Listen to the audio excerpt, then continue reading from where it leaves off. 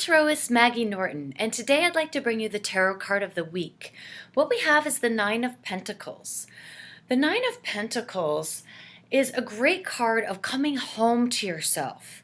This is about completion, but in order to complete a cycle of who you are, you must accept all of who you are.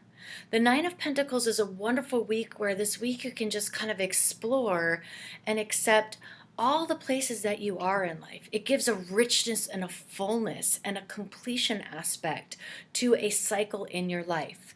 So in terms of using this for a tarot card of the week, I would say focus on completing anything that you have going on that needs to have that level of completion. That would be a great way to use the Nine of Pentacles, is to focus on tidying things up.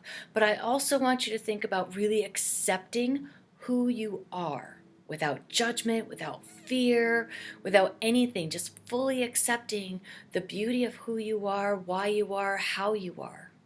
Okay? In doing so, you can move yourself and expand who you are to a new level. Okay? There's an infinite amount of levels of understanding who we are. Absolutely, right? We never stop growing. We never stop expanding into life.